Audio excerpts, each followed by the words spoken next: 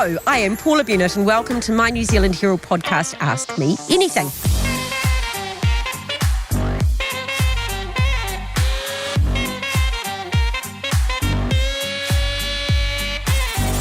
Now, one thing I've learnt in life is it's never too late to learn something new. So on this podcast, I talk to people from all walks of life to hear about how they got to where they are, get some advice and guidance on some of life's biggest questions.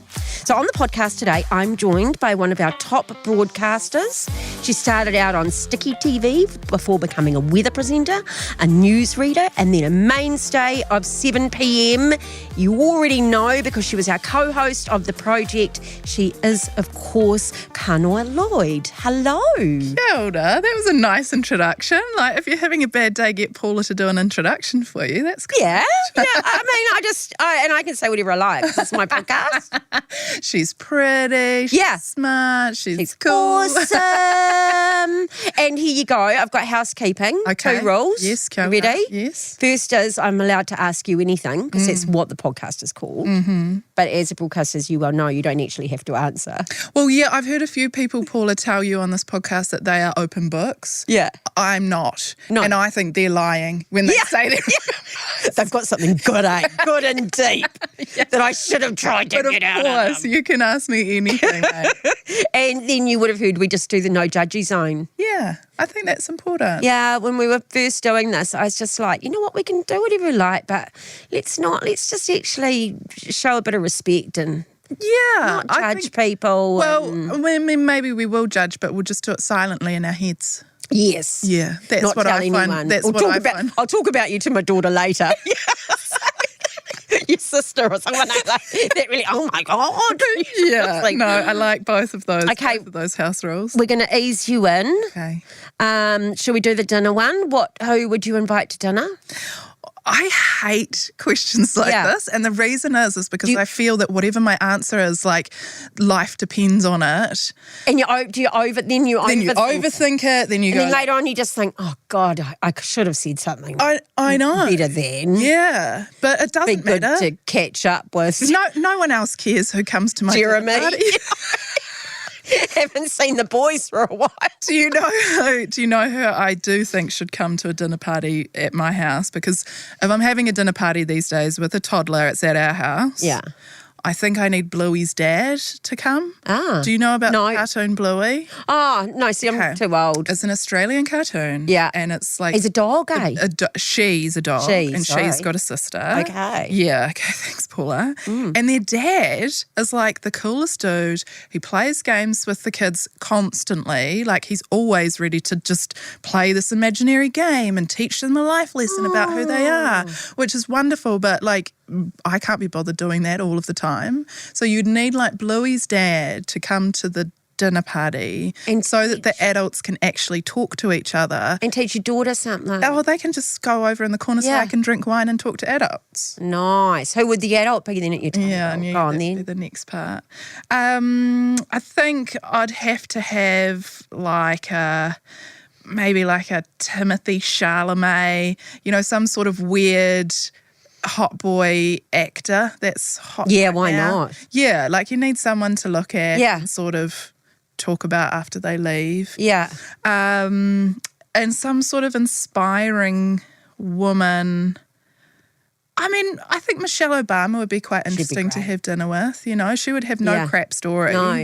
Yeah. See, I was thinking the other day, because I change my mind every week, and I was thinking, I'm just going to have Dolly Parton, and I'm just going to have her. Because I don't really want to share her. Yeah, nobody else get in the way of me and Dolly. But then, when you were just saying that, I was thinking, actually, I do need someone hot. Yeah. But quiet. Then you need to borrow Timothy Chalamet. What's his name? Channing Tatum. Oh, Channing Tatum. Actually, I take it back. Channing Tatum. I've interviewed Channing Tatum. I flirted with Channing Tatum. As you would. He reciprocated. I know. I was going to say that's kind, but no, it of course he did. No, because it was like he's like a professional, charming, hot guy. Yeah. Who's like, yes, of course. When like this lady says to me, because he said. I said, I'm Kanoa, and he said, that's beautiful. And I said, my name or me? And he was like, well, both, of course. Oh. So I was just like, yeah, actually, get out, Timothy, come in, Channing. Yeah, That is lovely. Yeah. So if he could just sit there and throw in the odd compliment to He's me and hot. Dolly. The kids are taken care of, and me and Michelle are breaking down all of the issues of the world. I love it. I absolutely love it. Okay, I was going to go on a different, but because you actually mentioned Bluey's dad, and you kind of went straight to kids' TV. Yes. Because you were on Sticky TV, right? Yeah.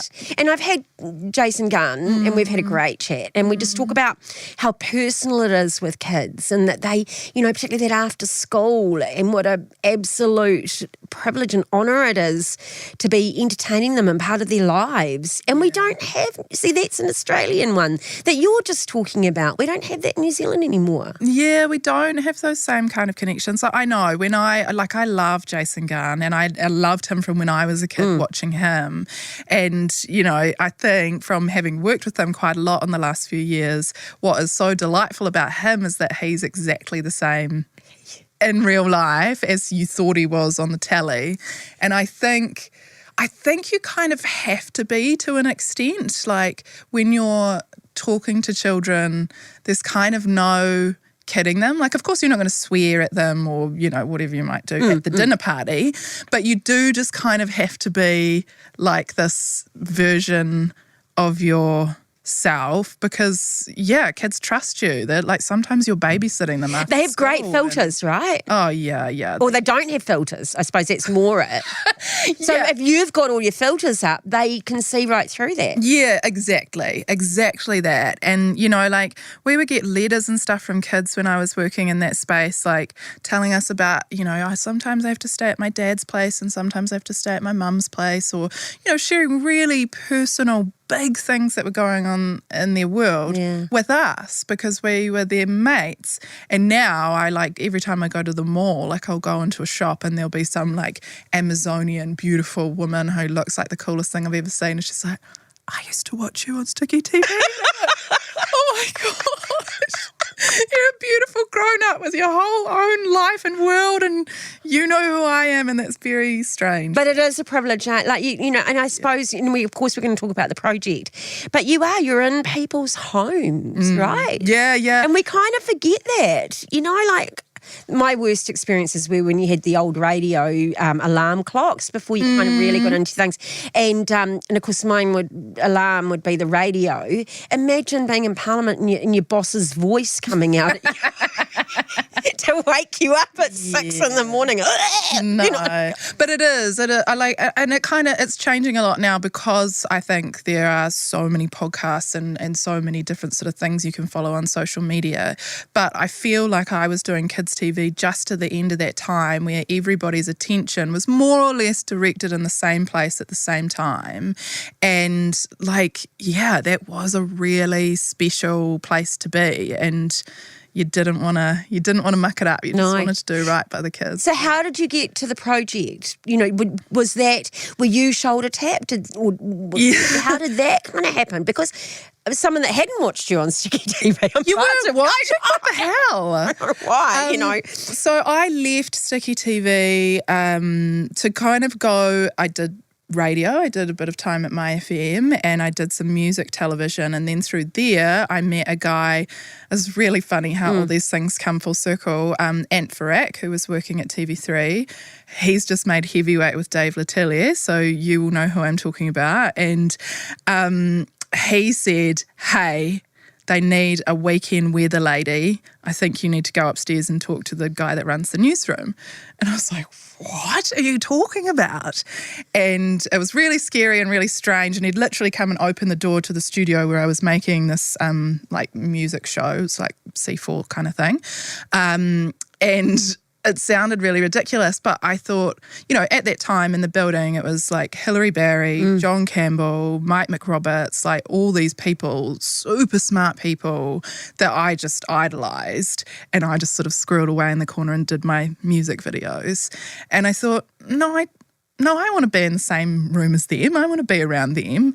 And so I went and did an audition. And then once I got that weekend job, it's like a place where they just kind of start putting people in different things to try on different hats. And that's kind of how the project came about because I was there. Well, I think so. But then I remember, friends sort of after it had been on for a couple of months just going, my God, have you caught up with it? And have you seen that woman? She's just amazing. Because you had such a beautiful, natural way with people as well. And you looked like you were friends. I mean, you kind of got to be, right? You're working together so much that you need to get on camera. Yeah. I mean, I think kids TV was sort of this great university almost for being comfortable in front of a camera and connecting with people on whatever level you had to. And so I was sort of carrying those things into quite a strict, follow the rules sort of space that is news. And I didn't really know how to do anything except be relaxed and be myself. And I think I'm naturally curious about people from all walks of life like you. And I think also it was a challenge in the right kind of way. I remember you coming onto the project for the first time, and I think it's probably not a secret that I didn't really vote for the party that you were part of, but sitting next to you and we just started talking about what shoes we were wearing or something. And, so I was constantly in the space where it was like you just connect over what you have in common and find the good in every person, no matter where they're from. And that was my job to do that, which is what a wonderful job. Yeah. We're not doing that enough now. I think we look at our differences too much and don't actually find our similarities. And as human beings, I mean. Yeah. As human beings, our similarities are probably about 80 or 90% of us. Right? Yeah. We care about the same things. We have the same emotions. We all have stuff going on in our whānau and in our friends and in our jobs. Yeah. And yet it just feels this disconnect that instead we're constant, for some, are just so angry about this difference. And because you've got the option to just prescribe to your way of thinking and not expose yourself to any kind of difference, right? Your algorithm will tell you one thing and mine will tell me another thing. And, I do feel that, maybe we are kind of losing some of those opportunities at times. But, I think it's nice to kind of, to work out those things on a desk with your mates for a job. So when you went in, and I was possibly, and this might be me just projecting my own stuff, is that, I went in almost, not expecting to fail, but I knew that politics wasn't going to be forever. Yeah. I actually thought I'd go out in a blaze of glory because, bit of Westie in me and I felt quite convinced. Some great big scandal. I tell someone to bugger off, all right, you know what I mean, at the wrong time and, which I didn't end up doing, which is quite nice. But I in my head had it that it was finite. Did you at the beginning, you must have sort of thought, well, it's TV, it's always risky. Oh, I thought we'd be on here for 6 months and maybe a year and then that would be it. And then it just kept going. But then you must have settled in. And got comfortable. So then when they said we're closing it up, was it a shock? Well, it was interesting. So what probably nobody apart from me would have paid attention to is that I had actually just a couple of months before we got the news had dropped down to 4 days a week. And I actually haven't said this anywhere, but I was in hospital last year with a stress-related condition.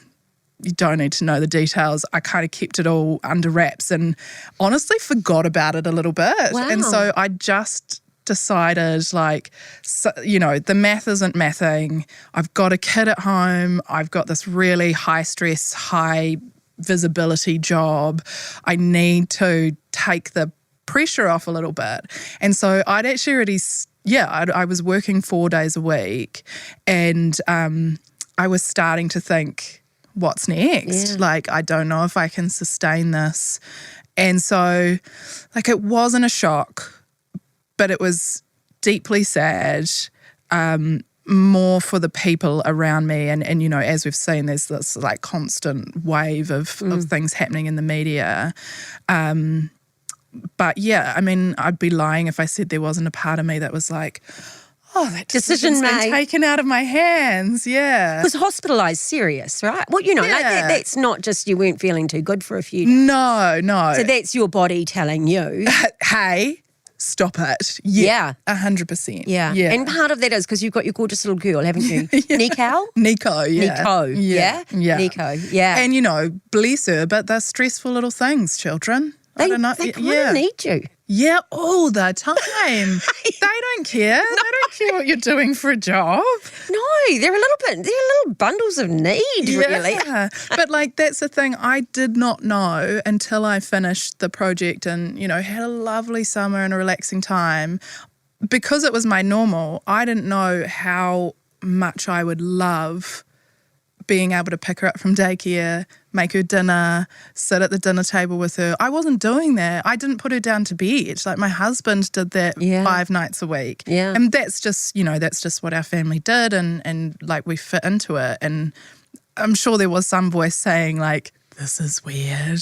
But when I stopped and felt just like the huge change, I was like, oh my gosh, I'm sorry, babe. I'm sorry I haven't been here for all this stuff. So. And did you feel like, and when you were not doing the bed and all that sort of stuff, but that you still had to be superwoman? Yeah. You know, and you're setting an example and, woman have trailblazed for you. And here you are in this high pressured environment. Live TV is full on, right? Yeah, it is full on. And again, it's another thing you normalize because it's your job. You're like, I'm barely doing anything. I'm just sitting down. But I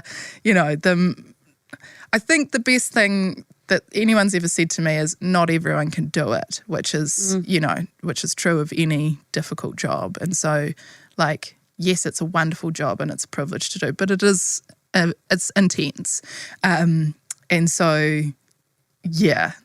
I guess, it's nice to have a look. So for you, there was almost relief, but then as you say, you've got wonderful people working around you, you've got all of that, so you're feeling for everybody else as well. Yeah. And look, I also don't want to be a person who had this incredible job who, like, the only thing I talk about for the next 10 years is like, oh, poor me, my extremely amazing job. And, like I meet people in the supermarket who are like, oh, I'm so sorry to hear about what's happening with you and the TV, and I'm like, don't worry about me, mate. Like, we're fine.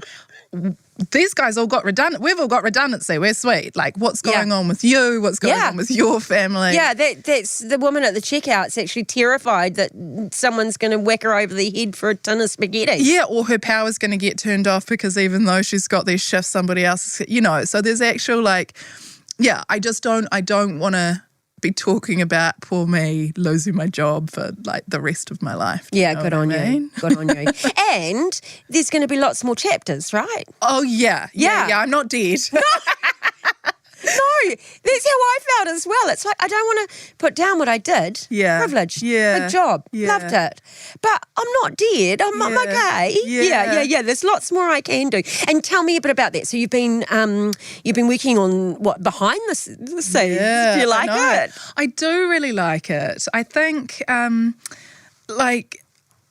what I miss the most from the project is being around these really amazing people, my colleagues, and just this access to, when you're carrying a camera or a microphone, people open doors for you in a way that, frankly, I don't know if they should sometimes. Yeah. But, you get to hear what is going on for people and, there's something really exciting about crafting what they've told you and making it something that people want to watch. And, I never want to lose that. And I'm not sure what that's going to look like in the future. But I think if I spend some time in the next little bit, concentrating on behind the scenes, then I'm going to have more options to tell those stories. So, I did some work with Dave Letelier and the crew behind his heavyweight documentaries, and that was super interesting.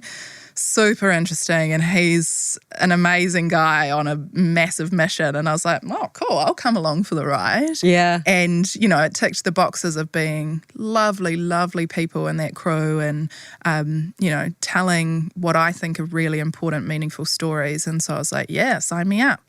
And I think that's what I'm going to do for the next little while. I'm working on some little things of my own and trying to get those off the ground. Well, let's hope that we have New Zealand TV like that. Yeah. Because, I'd been asked to go on and do a wee interview for one of them, and then, by you. And then when it's sort of news happened, everything blew up, I was just like, oh my goodness, that might not be happening. Yeah. And so I was absolutely thrilled for you all that it still was, and for Dave, and that we're still telling New Zealanders' stories on issues that matter. I just think there's far too many really driven people in that space for it to all go away. Do you know what I mean? Like, the powers that be can come and do their thing, and, audiences can change the way they consume things, but there's always going to be just nuggety, weird people who want to do this for a job and will do it somehow or other. Oh, I love that. Okay, we're going to come back really shortly, and we're going to chat about sort of meaningful outcomes and how you be you, because as much as we do, she's a big world out there with a lot of social media and things that can have you hiding a bit at times.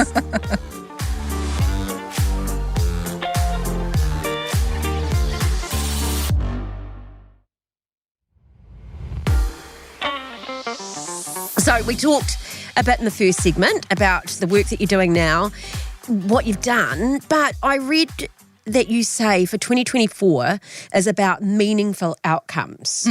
Tell me what that means. Well, I think just not pissing about with the stuff that you've got, like, I'm really lucky that I have had this kind of career. I've got this kind of platform. And so I think, as much as I did definitely toy with the idea of going and just like living on a goat farm and being like a barefoot trad wife, I don't think I should or could do that. And so I think where I want to put my energy now is like where I feel like I can do good, and shine a light on things that don't necessarily get given the kind of sexy media treatment. So the meaningful outcomes are for other people, not necessarily for you. For others, yeah. I mean, I'm all good. Like, I'm sweet. I've got a great husband. I've got a great house. Like, I am. If you had told 5-year-old Kanoa like where she's going to be now, I would be like, I wouldn't have believed you. So I'm good. I'm okay, and I want to do what I do in a way that will hopefully spread a bit of that to others that are maybe in the same place that 5-year-old Kanoa was. Are you good at being in the moment? I don't know what that means. Well, I'm one of those people that's always used to be thinking about what the next thing is, and I've got so much on, and then that sort of thing. And I learned quite a while ago, to be honest, to actually stop and go, you know what, sitting here watching TV, having a glass of wine with my husband is perfectly good. And I should be, even last night actually, we were watching something and I'd put it on, and then he said something and I realised I was looking at my phone, and I said, I'm sorry, I'm in the room. Yeah. And I put it down. I just thought, and you particularly with a young child, it's going to go so fast. Yeah, I know what you mean. I was like, initially I was like, oh, this is so great. I'm so relaxed. My husband actually said to me at one point, I think you're a better person now, right after I finished my job. And I was like, yeah, this is the new me, the chilled out, just take it as it comes kind of person. But I realized I need a little bit of electricity up my bum and something to kind of keep me focused and motivated. And yeah, I think what I mean by meaningful outcomes is that like I want to use that energy to help other people. So have you got projects in mind, and do you think it's TV or might it be around that? Or, I mean, I know that everyone's limited in what they can say, and you will be as well.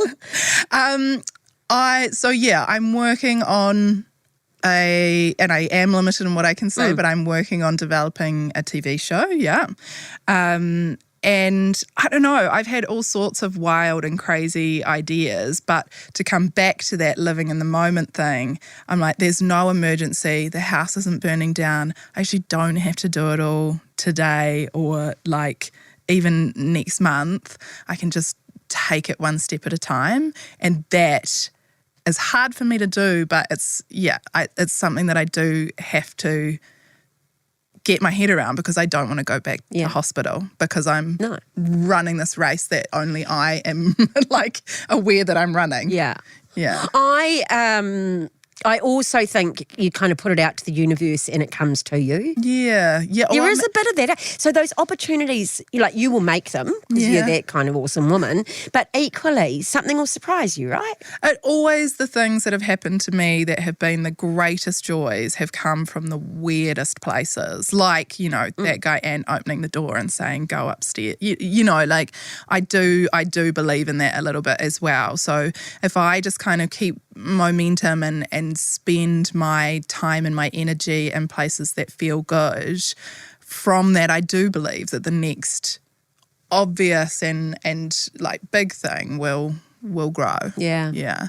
Let's talk a bit about also living in a real life, and we'll use the, authentic you, which I hate the word at the moment, but it is actually the best way to kind of put it. Because you've been brave, right? I mean, you did a shoot for Mother's Day with no makeup and in your mum's clothes, in your mumsy clothes. Yeah. And you took your makeup off on TV. Yeah. And that's gutsy. Yeah. It's funny that's gutsy though, don't you think? Like we all do it all of the time, but it's just because it was on the telly and in the paper. But is that about you kind of stripping back some layers and going, this is who I am, and I want you all to see that, to be real? Well, again, I think, and I'm going to sound like a dick keeping on saying this, but it wasn't actually, it was kind of taking myself out of the equation and like actually being like, even though I'm in this fancy studio with these professional people that help me get ready and look good, I'm literally the same as whoever it is watching the telly on the other side. So what I'm saying is I did that because I didn't really care about me or like what anyone thought about me. I was thinking about the people that I was talking to. And I have had women who have come up to me since that time and said, oh my God, that meant so much to me. And I'm like, it's just a bit of lippy and some mascara, babes. But because women are constantly bombarded with these, ringlet, photoshopped images of perfection and having it all together, sometimes when you say you don't need to do that, it does cut through because they're desperate to hear it. Yeah, they are. Yeah. They are. And, you just sort of feel like everyone's living a slightly better life, or they're slightly more beautiful, or they're slightly more, and then so for someone to actually strip it down in front of you, it is quite real. Yeah, they're not. And I've idolised so many people that I've then gone on to meet with and even become friends, and, they all burp and fart and put their pants on. But you do have a certain confidence and a certain assuredness. Where do you think that comes from? Faking it. All that authenticity is out the window. Yeah. No, I think, it's a lot of things. I guess it's sort of how I was raised. Like I grew up always talking to the adults and, I was sort of like an annoying smart child, and now I see my daughter. This morning she said to me, please don't shout at me, Mama. And I was like, she's not even 3. Yeah. Because she wouldn't put her shoes on.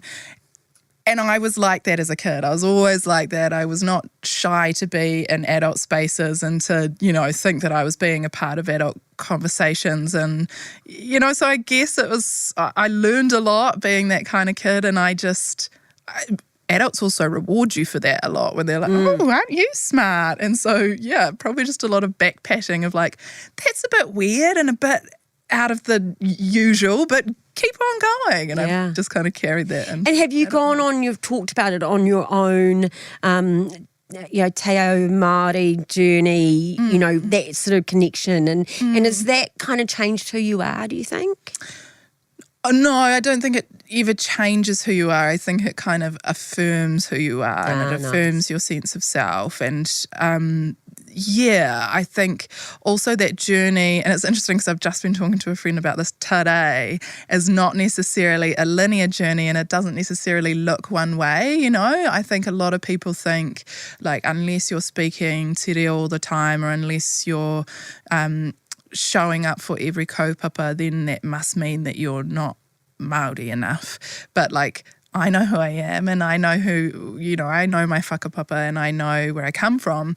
And so, yeah, I guess I'm like this journey I've been on is just sort of finding ways that affirm that and that I can, again, use my Māoritanga in a meaningful way that's going to have a positive impact. So you must have at times had to shut it out from both directions, right? So some going, you're too Māori, that you're pushing that too much, and it can be quite hateful, actually. Some racism out there. Let's call it what it is. Yeah. And then at the other level, as you say, there's kind of this, well, you're sort of sitting there and doing a white man's TV, and of course, absolutely. So how do you stay grounded in the middle of that? I think the best thing I can do in the face of that kind of criticism is just to shut it out. I think when I was younger, it definitely impacted me a lot more. Like, I'm a classic people pleaser, and the thought that anybody wouldn't like me for any reason was like, but again, I'm like, I know who I am. I know where I'm at on my journey. That actually isn't anybody else's business apart from my whānau, mainly my daughters. And coming back to that kind of helps ground me and, shut out the noise. And what do you hope for her when she's 20? Personality-wise, we won't pick a job.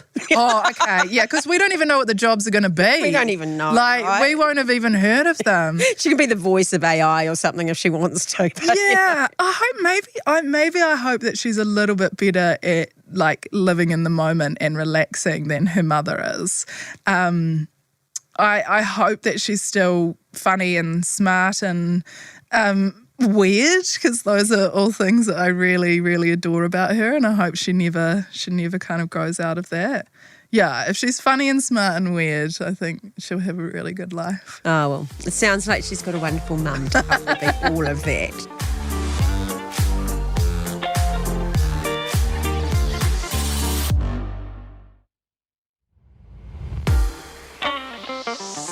Okay, well, this is the part where it's called Ask Me Anything, and so I give you an opportunity. Though you've had opportunities in the past to ask me things. I know. Did I ever ask you anything weird, annoying? Well, okay. Not that I can remember. This is actually my question. So, having been interviewed by probably every broadcaster or journalist in New Zealand, who was the worst one? Worst? Yeah. Who would you dread having to talk to if you were doing the rounds or if you were coming out into the gala? So I'm not going to name. Well, no. So there are some. So your worst, to be really blunt, and it is slightly ageist, but were the really quite young ones that had done no research, had no idea, had been given 3 questions, by the editor or by the producer to ask, and you're like, well, that question doesn't even make sense. Yeah, I mean, having been sent out with a list of those questions for other better journalists than me, I feel for those young ones. I do too. I also understand. And what so you're I would saying. try not to be mean, because then you'd think, oh, I'm just a bully, because but sometimes, or it's not so much if you knew if they're asking on behalf of someone, that's absolutely fine. It was when they just really thought they had a gotcha or something. Yeah. And you're just like, oh, I don't know what they're going to do with that. And the artist, don't know, so that would just be, I mean, I've definitely had great moments and bad moments and embarrassing moments and ones where you'd walk away and just think, God, I wish I'd answered that differently. But it's a moment in time. Yeah. And you do get better at that. I mean, it just amuses me that there's still people, both journalists and politicians I'll go with, and actually senior business people I know, who literally still have a grudge about an interview from 5 years ago. Mm-hmm. That's amazing. Really? Yeah. Is that how small your life is? Yeah. I know. And you think, because I sort of feel it from the other way around. I think that there's, which I think I'm a very inoffensive person, but I know that there's at least one politician who does not like me. And I'm like, why would that take up any of your brain space? Like, you've got a really important job. Get it together. Yeah. Yeah. Yeah. Are you seriously worried about me when you're sitting there eating your cornflakes at 6 o'clock in the morning? Yeah. Yeah, that's amusing, isn't it? It is. Or it's when, I was interviewing Jack Tame, and Jack and I have had some great run-ins over the years and different interviews, and of course I'm fiery, so I fight back, and then of course you can imagine the stories afterwards. And when I was getting him on there, someone sort of said, "Oh, we Googled, and my goodness, you two have had run-ins," and I went, I can't even remember them. Like I honestly, I know I did, but I couldn't tell you what they were about, because they were a moment in time, and it's move on, right? Totally. And it's almost like you're engaging in a race or something, and you want to win that bloody race. But once it's over, did you get a medal for it? Did you get a certificate? No. No, that's all right. See, that was all good advice. Move on. It hasn't quite gone your way. Move on. Life's too short. Well, I've loved having you in today. Thanks for having me. Thank you so much for your time. Where do they go to find you? What is people? Are you on social media? No. Just leave me alone until 2025. I am with you. I'm with you. The good news, everyone, is that you can instead contact me, and then I will get those. Ask Paula anything. I will get those. She'll text it to me. To Kanoa. I will send them through. So you can get me on all of the usual places, which is Facebook, Instagram, LinkedIn. You can email me on askpaula@nzherald.co.nz. That's it for another episode of Ask Me Anything. Make sure you follow Ask Me Anything on iHeartRadio or wherever you get your podcasts. I'm Paula Bennett. Ask Me Anything. Goodbye.